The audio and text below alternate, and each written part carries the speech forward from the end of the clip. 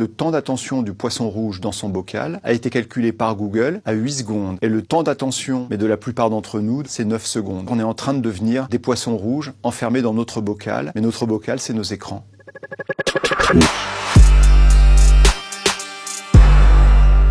Il y a eu une étude qui disait qu'au-delà de 30 minutes passées par jour sur les réseaux sociaux, la santé mentale des plus jeunes était menacée. Et sur le téléphone portable en France, on y passe pas loin de 2 heures et on pense que ce temps va doubler d'ici 2 ans. Bon, est-ce que ça nous rend fous? Sans doute un peu, en tout cas ça nous rend dépendants.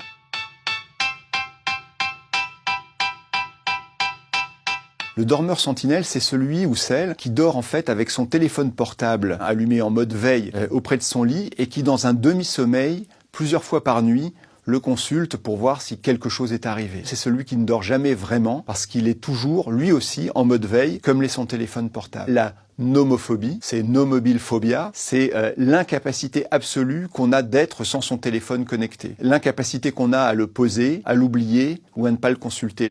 Le snubbing, ça vient de phone et snubbing, c'est-à-dire je snub les gens qui sont autour de moi parce que je me consacre à mon téléphone. Regardez les temps de repas que vous pouvez avoir entre amis, en famille. Le snubbing, c'est typiquement je consulte mon téléphone portable alors que tu es avec moi, que tu me parles et pourtant toute mon attention est attirée vers cet écran. Il y a un syndrome plus compliqué, presque prédépressif, qui s'appelle l'assombrissement. C'est quand vous commencez à avoir l'habitude de rechercher ce que fait un profil, de vos amis en ligne. Vous ne pouvez pas vous empêcher de le suivre, de le traquer, de savoir ce qui se passe. On parle d'assombrissement parce que petit à petit, ça vous écarte de la réalité de la vie pour vous plonger dans une sorte d'obsession quant au comportement de cette personne en ligne. Au début, les réseaux sociaux, tous ces outils-là, nous permettaient d'avoir plusieurs identités et c'était une liberté, c'est toujours une liberté qui nous est donnée. Mais de temps en temps, cette liberté nous entraîne vers la schizophrénie de profil, c'est-à-dire qu'on a tellement d'identités différentes qu'on ne sait plus très bien se situer soi-même par rapport à ces profils-là. Il y a un syndrome qui s'appelle l'atasagoraphobie, c'est la peur d'être oublié. Dans les réseaux que nous occupons, elle se manifeste par un contrôle permanent quant à savoir si vous avez été liké, si vous avez été sharé, donc partagé,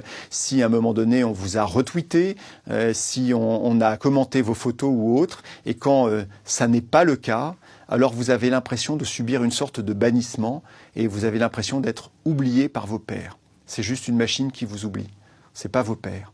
Une grande partie des réseaux marche de la même façon qu'une machine à sous dans les casinos. Elle se fonde sur le mécanisme de la récompense aléatoire. De temps en temps, vous avez quelque chose qui vous satisfait, de temps en temps quelque chose qui vous indiffère totalement. Et parce que ça alterne tantôt une récompense, tantôt du rien, finalement, vous êtes en consultation permanente de ces outils.